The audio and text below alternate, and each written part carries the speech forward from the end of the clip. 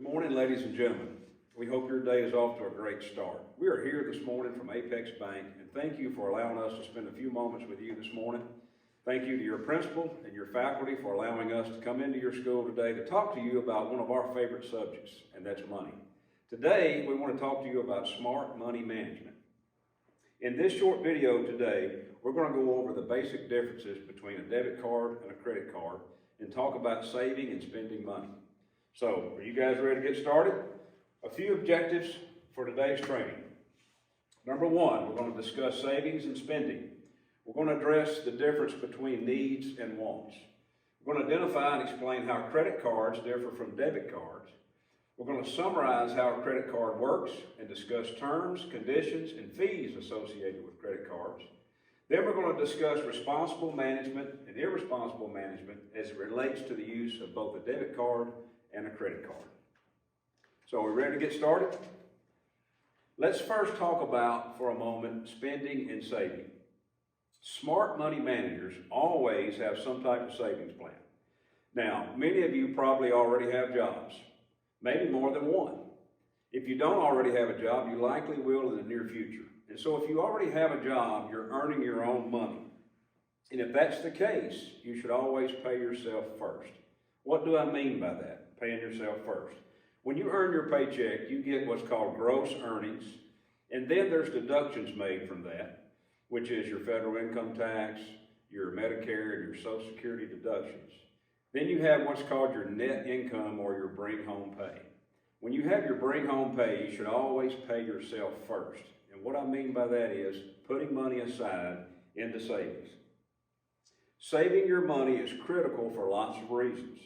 Emergency expenses that may arise, automobile repairs, saving for a vehicle purchase or a down payment on a vehicle, education expenses, lots of things. And smart money managers always have a savings plan. Now you may say, I just work part-time, I don't earn a lot of money, maybe I work at the local restaurant or the grocery store, maybe I do some babysitting, and I just don't earn enough money to save. But that's not true. You always earn enough money to save. You can allocate a certain percentage of your bring home pay to a savings account every time you get paid. Developing good savings habits will set the tone for sound financial management throughout your lifetime.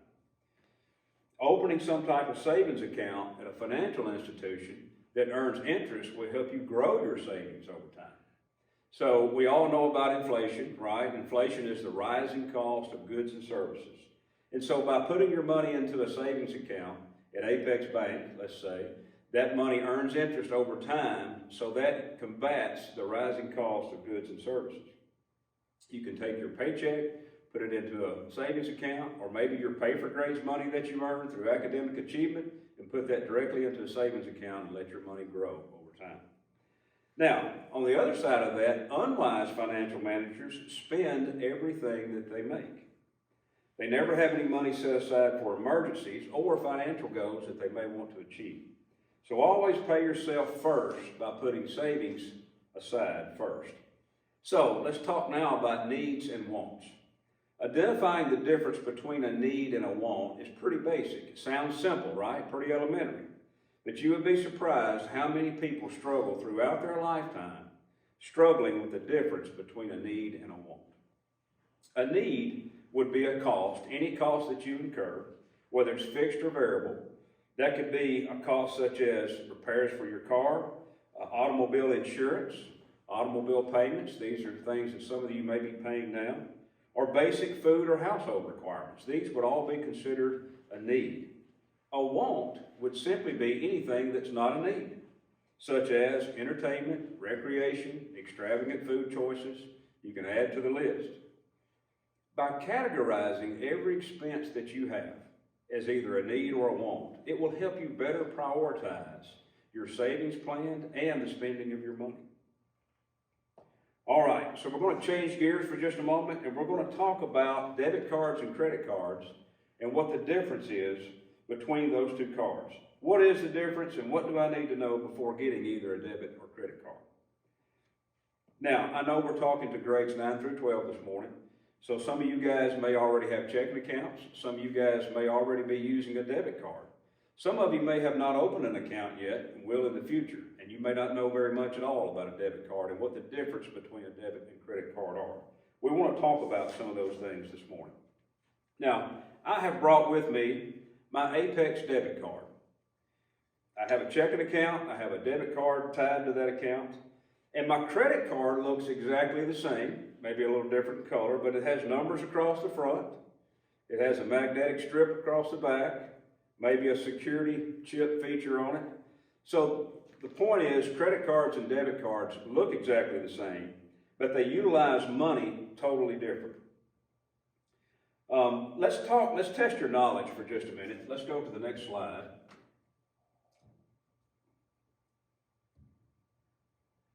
And talk about credit cards. Now, out of these three statements, two are true and one is false. So let's talk about this and see what our knowledge level is. Number one, credit cards are used to purchase goods and services. Is that true or false? That's true. Both a debit card and a credit card are used to purchase goods and services. Number two, credit cards will take money from your checking account when used to pay for purchases. Is that true or false? That would be false. A debit card actually takes money from your checking account to pay for purchases. When you use a credit card, you're actually taking out a loan, and that loan comes with a cost. You're using someone else's money, and that's in the form of a loan.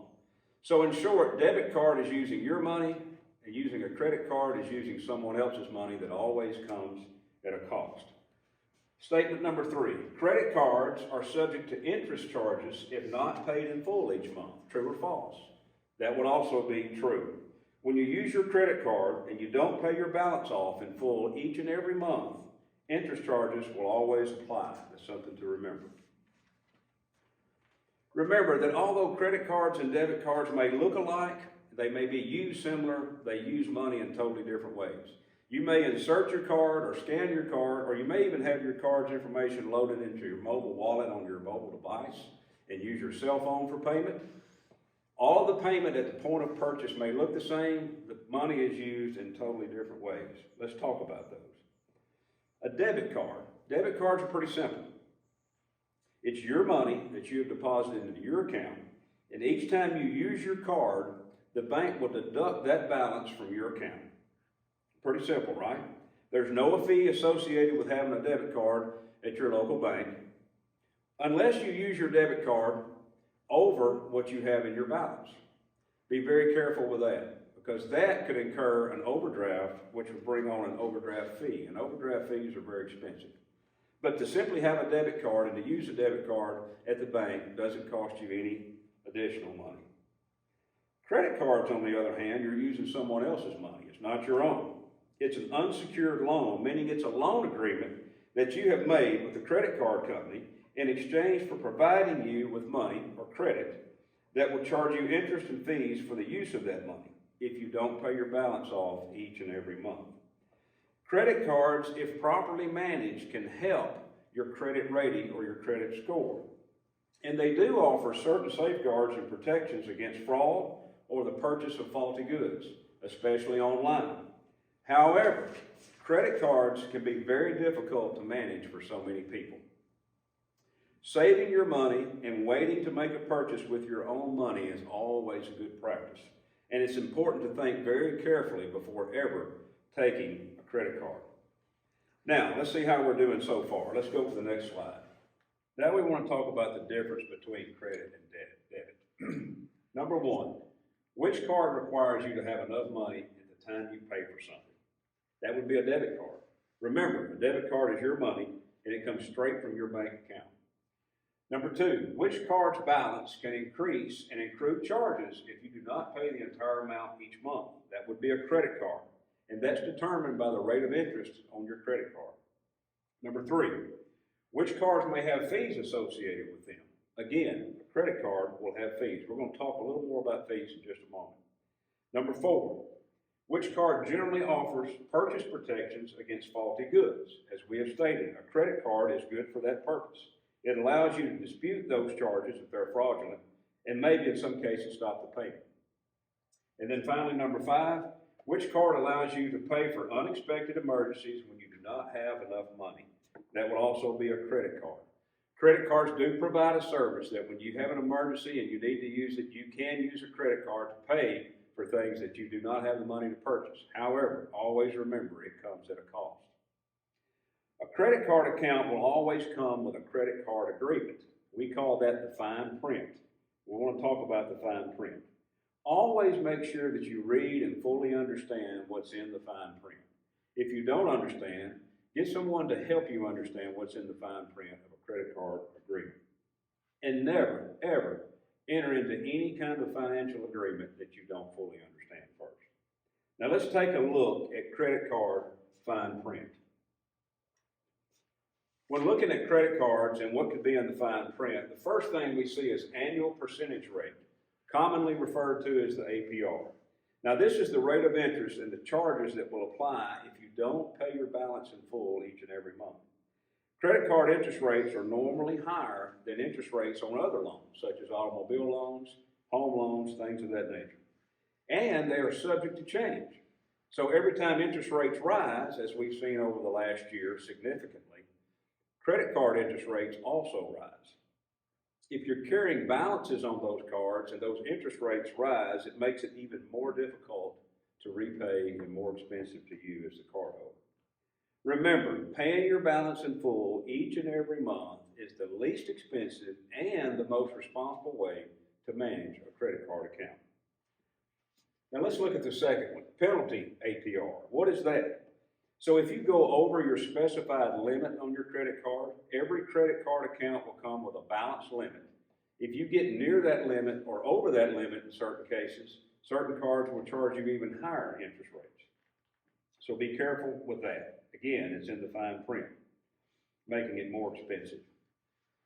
Next, we're going to talk about fees. Now, credit card companies have a lot of different ways they can charge you fees. Some credit cards will charge you annual fees, meaning it's the cost annually, once a year, that you will pay just for maintaining that account. Or you may get charged with a late fee if your payment is not made on time each month. It's important to look for all of these fees in the fine print. If you use a credit card for a cash advance, there could be a fee associated with that as well, or an increase in the interest rate. Always look for fees in the fine print. Number 4, grace period. What is a grace period? Most card agreements will allow for a grace period, meaning that's the number of days allotted that you have to pay that balance before you begin to incur finance charges or interest in the grace period. Number 5 is credit limit. Credit limit is very important. Every account will come with a predetermined, pre-established credit limit. And it's important to know what your credit limit is and what your balance is, as opposed to that limit at all times. 6, consumer protection laws. There are laws in place to protect the consumer against unfair practices by any credit card company. It's important to know what those laws are and understand those. 7, solicitations. So you may get offers sent to you from credit card companies wanting you to open a credit card account. It's always very important to read through those solicitations. One of the things that we commonly see is a credit card company will have an introductory rate at 0%. Looks really good. That's cheap money. Doesn't get any cheaper than 0%. But in the fine print, that rate will go to a much higher rate. It will convert to a higher rate at some point in time. Important to understand and to read through the fine print so that you know the timing of that interest rate and exactly what that rate of interest will be. And finally, debt to limit ratio. This is also very important for lots of reasons. You should always understand exactly what your current balance is on your credit card, keeping track of that, and know what your balance is. As your balance becomes close to your limit, it can negatively impact your credit score. Credit score is something that can affect your borrowing costs for many years to come. So that's something that's very important to watch. Also, in your debt to limit ratio, as you approach your limit, interest rates could go up on the card because you're approaching your limit, making it even more difficult to repay your credit card balance. Now, that's a lot, but if you don't hear anything else I say today, remember this. Many people badly damage their credit rating by irresponsible use of a credit card. Paying only the minimum required payment each and every month can cost you thousands of dollars in additional interest and fees, so remember that. So the bottom line today, if you choose to open a credit card account, that's something that must be managed and watched very carefully and managed responsibly. So now we're going to take a few minutes to see what we've learned today. Our folks are here. They're going to pass out some short quizzes for you to take. Don't worry, these won't be graded. These are the best kinds of quizzes. We just want to see what you learned today, and hopefully we've helped you understand the basic differences between a debit card and a credit card and what smart money management looks like. Thank you again for allowing us to be here today. Anytime that any of our friendly staff can help you with any questions you may have, whether it's regarding the instruction today or any other financial matter, we're glad to help you. Go and have a great day.